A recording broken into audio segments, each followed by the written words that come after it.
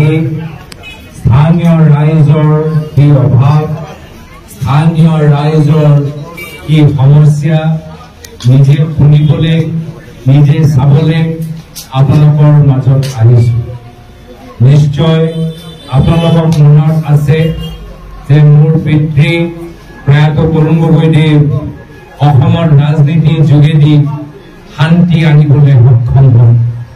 এতিয়া আমাৰ উদ্দেশ্য হল যে আমি কষ্ট কৰি পৰৱৰ্তী দিনত অসমৰ ৰাইজৰ মুখখনত তেওঁলোকৰ হেৰাই যোৱা হাঁহিটো আমি ঘূৰাই আনিবলৈ বিচাৰো। আমাৰ একে উদ্দেশ্য যে আমি শান্তি, সমন্বয় আৰু সম্প্ৰীতি আমি গঢ়ি তুলিবলৈ বিচাৰো। এই ক্ষেত্ৰত আপোনালোকৰ সহায় লাগিব, এই ক্ষেত্ৰত আপোনালোকৰ সুপৰামৰ্শ লাগিব। বহুতখিনি কথা আজি তাৰিখত পাতিবলগীয়া আছে।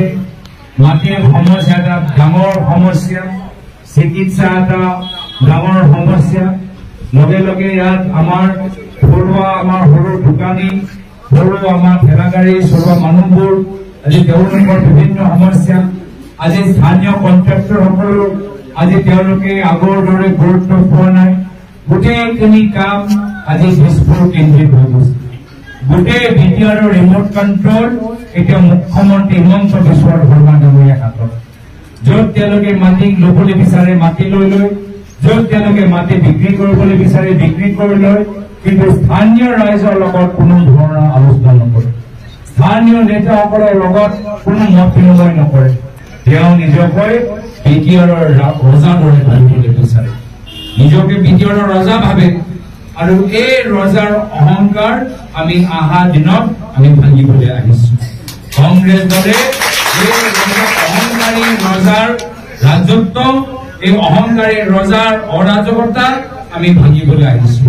আমি ক্ষমতা তেওঁলোকৰ হাতৰ পৰা কাঢ়ি লৈ আপোনালোকৰ হাতত আমি দিবলৈ আহিছো। তেওঁলোকৰ অত্যাচাৰৰ পৰা মুক্তি দিয়াবলৈ আমি আহিছো। এই ক্ষেত্ৰত আমাক সহায় কৰক, আমাক সমৰ্থন দিয়ক, সুপৰামৰ্শ দিয়ক, আমাৰ দলটোক মজবুত কৰিবলৈ আমাক আশীৰ্বাদ দিয়ক। মই বিশেষ দীঘলীয়া আৰু নকৰো। আমাৰ স্থানীয় ব্লক কৰ্মীখিনি আজি এই অনুষ্ঠান আয়োজন কৰাৰ বাবে মই ধন্যবাদ জ্ঞাপন কৰি অহা বিটিআৰ নিৰ্বাচনত আমি নিজৰ দলটো আৰু মজবুত কৰিব লাগিব। আমাৰ মূল মন্ত্ৰ হৈছে যে বিটিআৰ নিৰ্বাচনত এবাৰ যুঁজ এখন হ'ব। আমি আহিছো আৰু এই ক্ষেত্ৰত সকলোৱে যে প্ৰস্তুত হৈ থাকে, তৈয়াৰ হৈ থাকে, এয়া আহ্বান জনাই মই নিজৰ চমু দুআষাৰ